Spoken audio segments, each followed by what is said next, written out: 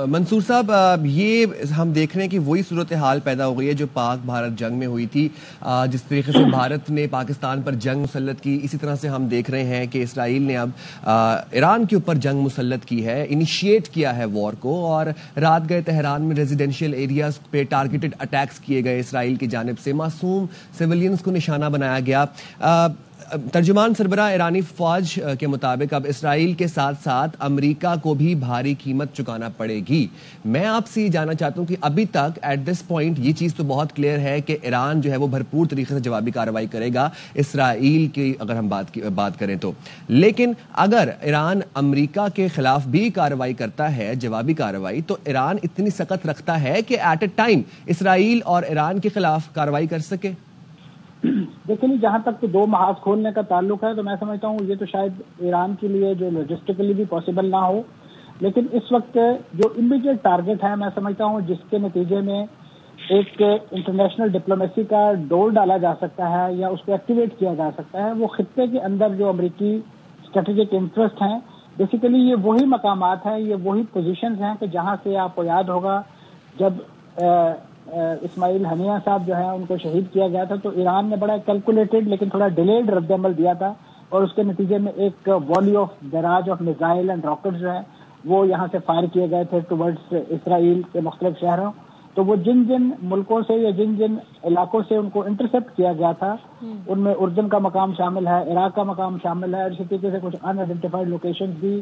Golf countries کے اندر موجود ہیں. تو وہ بنیادی طور پہ ان ٹارگٹس کو نیوٹرلائز کرنا چاہتے ہیں کہ اگر اس نوعیت کی کوئی ایکٹیویٹی براہ راست کی جاتی ہے تو کم از کم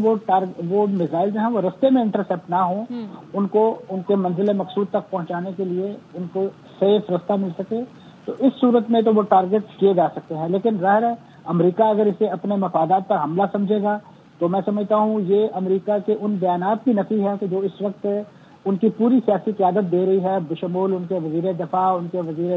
خارجہ روبیو. وہ یہ کہہ رہے ہیں کہ یہ اسرائیل نے ہماری مرضی اور منشا کے بغیر یہ حملہ کیا ہے. تو اگر آپ کی مرضی اور منشا کے بغیر اسرائیل نے آپ کو اس دلدل میں دھکیلا ہے یا اتارا ہے تو آپ کو اسے ڈس ایسوسیٹ کرنے کے اعلان کرنے چاہیے، اور فوری طور پہ ایک پنشمنٹ کے طور پہ اسرائیل کو جو جنگی اسلحے کی سپلائی ہے اور اس کی جو فوجی امداد ہے اسے معطل کرنا چاہیے، تاکہ اسرائیل کو پتہ چلے کہ یہ جنگ اسی کے بل بوتے پہ لڑی جا رہی ہے، اسی کے اسلحے اور گولہ بارود پہ لڑی جا رہی ہے. یہ اگر نہیں آئے گا تو اسے دنیا کی کوئی دوسری طاقت اس خطے میں بچانے کے لیے نہیں آ سکتی. منصور جعفر صاحب، یہ تو آپ نے امریکہ کے رول کی بات کی کہ اس کو ڈس ایسوسیٹ کر دینا چاہیے خود کو اسرائیل سے، اگر وہ کہہ رہا ہے کہ اس میں امریکہ کا کوئی ہاتھ نہیں ہے. ہم دوسری طرف دیکھتے ہیں کہ اگر اسرائیل کی بات کی جائے تو سفارتی طور پر کسی بھی طرح کے معاملات کی طرف ہم نے جاتے ہوئے کبھی بھی اسرائیل کو نہیں دیکھا، خواہ وہ غزہ کا معاملہ ہو اور ایران کا معاملہ ہو. جس طرح کہ ہم نے دیکھا گزشتہ کچھ عرصے سے ایران اور سعودی عرب کے جو معاملات ہیں وہ کافی بہتر ہوئے، سفارتی سطح پر سفارت خانے کھل گئے، معاملات کافی بہتر ہوئے. تو آپ سمجھتے ہیں کہ ساری صورتحال میں سعودی عرب کوئی رول پلے کر سکتا ہے؟ جی یقیناً، میں سمجھتا ہوں آپ نے بڑی اچھی نشاندہی کی ہے. میں تھوڑا سا آپ کو ریسنٹ پاس میں لے جانا چاہوں گا کہ جب یہ مذاکرات کا عمل ہونا تھا جوہری منصوبے کے حوالے سے، تو اس وقت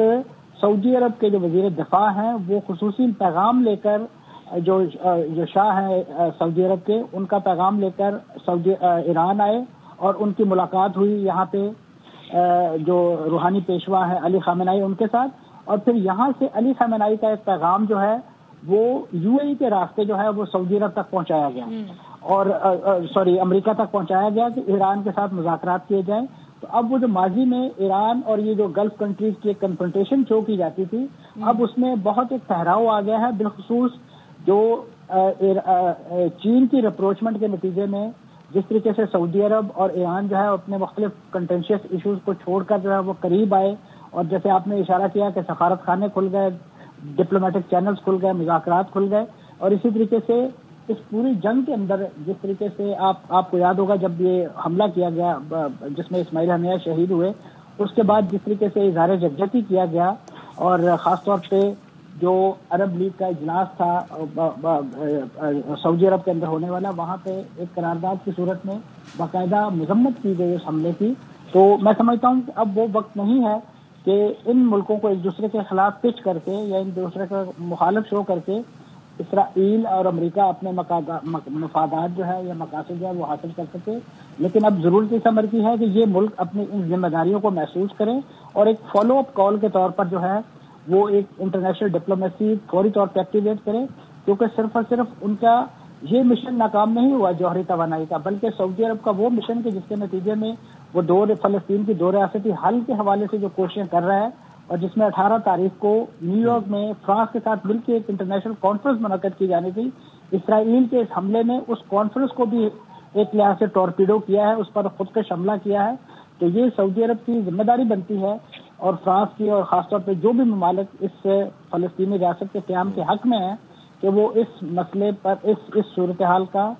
جسے کہنا چاہیے بغور جائزہ لیں اور دیکھیں کہ اسرائیل کو کیوں کر آیا یہ اپنے بل بوتے پر یہ ضرورت ہوئی ہے، کہ یا امریکہ نے اور اسرائیل نے مل کر ایک ملی بھگت کے نتیجے میں جو ہے وہ اس ریلیٹیولی پرامن خطے کو جو ہے وہ خون کی ہولی میں ڈالا ہے۔